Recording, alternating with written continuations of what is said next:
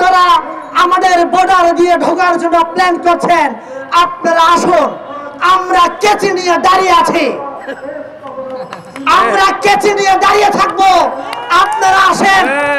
বাকিটা আপনারা বুঝছেন কেচি নিয়ে আমরা কি করব, আমি বলে দিলাম না, বুঝে নিয়েন।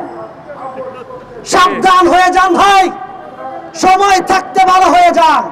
আসসালামু আলাইকুম, আপনারা সবাই ভালো আছেন? জননীর জন্মভূমি ভারত মুক্ত মাতৃভূমি। আপনারা অনেকে মনে করেছেন ভারত আমাদের নামে প্রপাগান্ডা ছড়িয়ে আমাদের অনেক ক্ষতি হয়েছে। না ভাই, আমাদের অনেক লাভও হয়েছে। কিভাবে?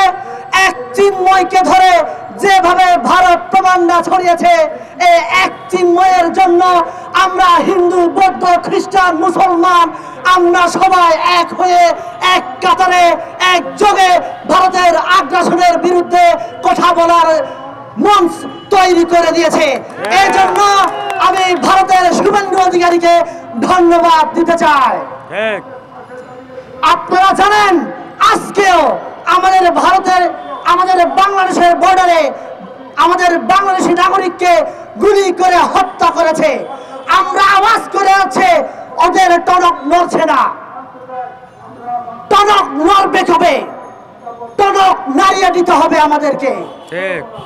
আমরা যদি টনক নাড়িয়ে দিতে না পারি, তাহলে ভারত আমাদেরকে অমানুষ মনে করে রেখেছে।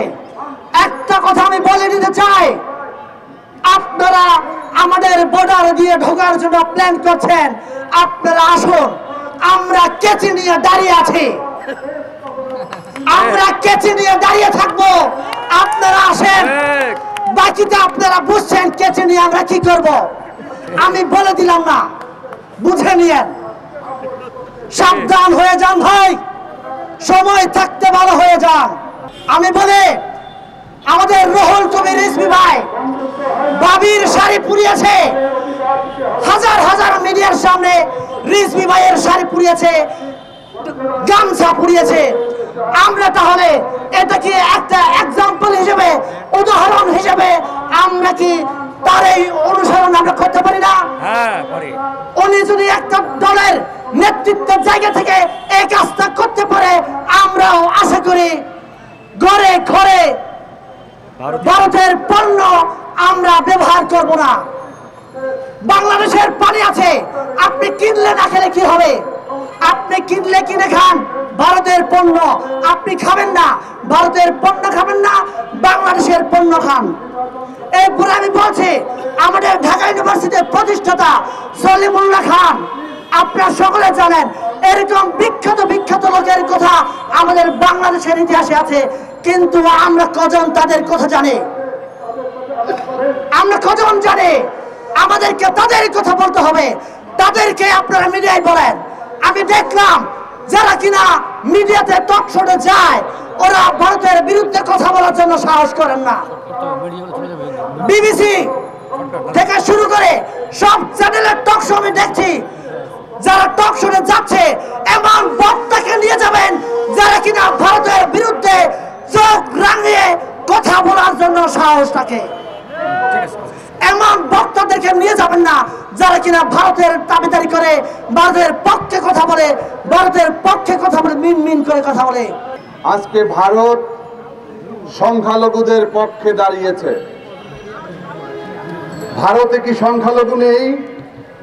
ভারতে সংখ্যালঘুদের উপরে যেভাবে পরিকল্পিতভাবে হত্যা, নির্যাতন, নিপীড়ন, পুড়িয়ে ফেলা হচ্ছে, তার ব্যাপারে তারা নিশ্চুপ কেন?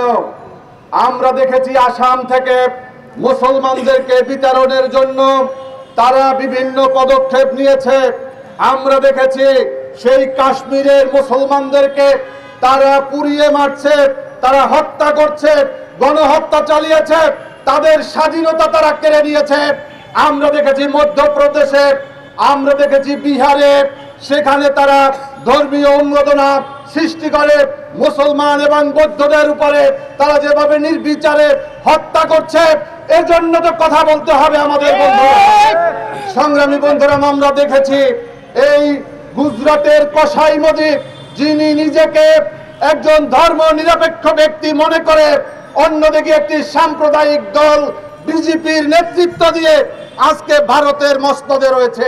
তার নেতৃত্বে এই গুজরাটে সেই গণহত্যা চালিয়ে, দাঙ্গা লাগিয়ে মুসলমানদেরকে, হাজার হাজার মুসলমানদেরকে হত্যা করা হয়েছে।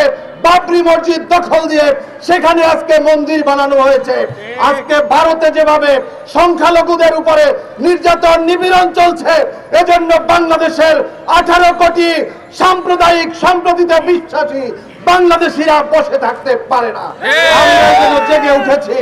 আমরা বর্তমান সরকারকে বলতে চাই, ভারতের আগ্রাসনের বিরুদ্ধে বাংলাদেশের সমস্ত ডানপন্থী, বামপন্থী, ইসলামপন্থী, সমাজতন্ত্রী সব আপনার কাছে গিয়েছে।